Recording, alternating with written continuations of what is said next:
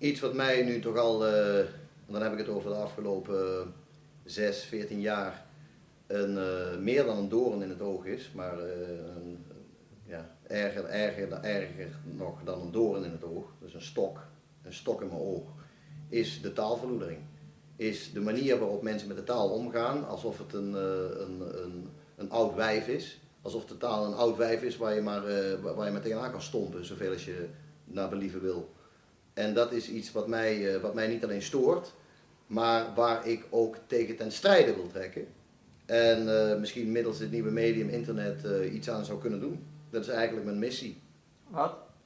Dat is mijn missie. De taalverloedering is mijn missie. Oh ja. Snap je wat ik bedoel? Ja, ja. Kun je een voorbeeld geven van taalverloedering? Ja.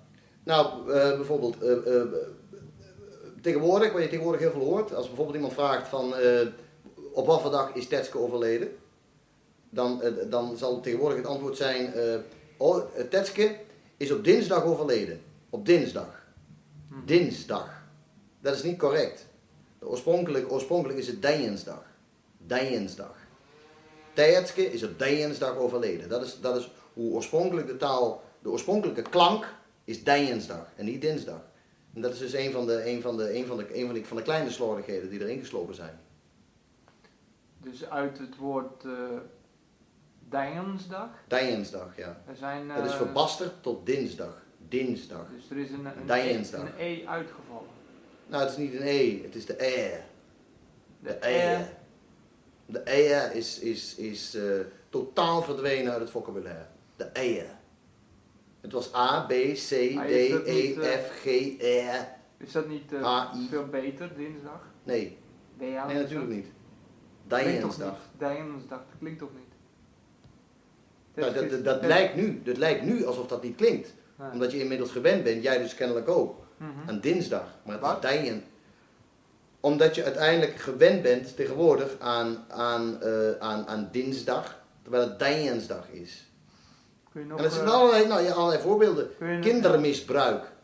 Ja. Waar was Tetske het slachtoffer van? En tegenwoordig zullen ze zeggen kindermisbruik, maar het is kindermisbruik. Kindermisbruik. En niet kindermisbruik. Dat is plat. Dat is lelijk. Kindermisbruik. Kindermisbruik.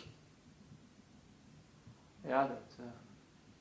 Maar voel je het aan hoe het afkalft? Hoe het langzaam platter wordt? Is dat niet gewoon dialect dan? Nee, dat is ABN. Of eigenlijk is het ERBN. ERBN. Maar hoe weet je dit dan? Tegenwoordig zeggen ze ook een aap. Wat is het lievelingsdier van Tetske? En dan zal iemand zeggen een aap. Ja. Want het is een eiaap. Een eiaap. Wie verwijt jij nu precies wat? Jij, kijk, nou dit is heel interessant, want jij ziet mij als een dregenest. Een dregenest. Zo zie je mij. En je weet waarschijnlijk niet wat ik bedoel. Een dregenest. Dat is hoe jij mij ziet. Dat is hoe jij mij hier probeert weg te zetten. Door mijn bevindingen op een laffe manier in twijfel te trekken. Want dat is wat je doet. Ik verdiep me. Ik heb passie voor de taal. Ik wil dat uitdrukken als Lorden dre net dans de tuur kepe. Lorden dre net doos den pepe. Wat iets betekent als leg de appel niet op dezelfde plek. Omdat je jezelf herhaalt. Je herhaalt jezelf.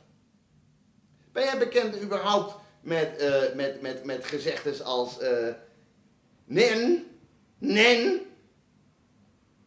nen, nen. Het is niet goed, het is niet slecht, het is nen, nen.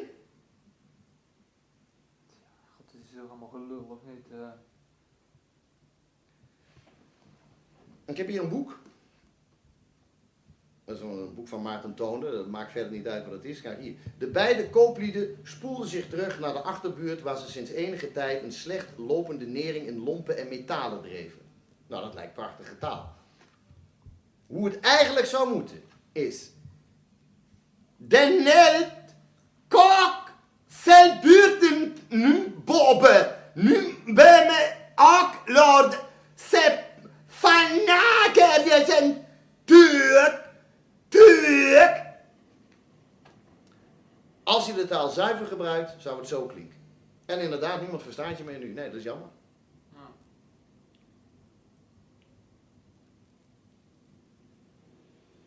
Maar het lijkt mij onzin.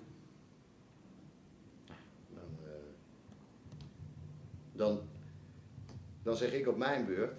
Se kakalakakak, gundet, zak, lek, akatakatak, gungek,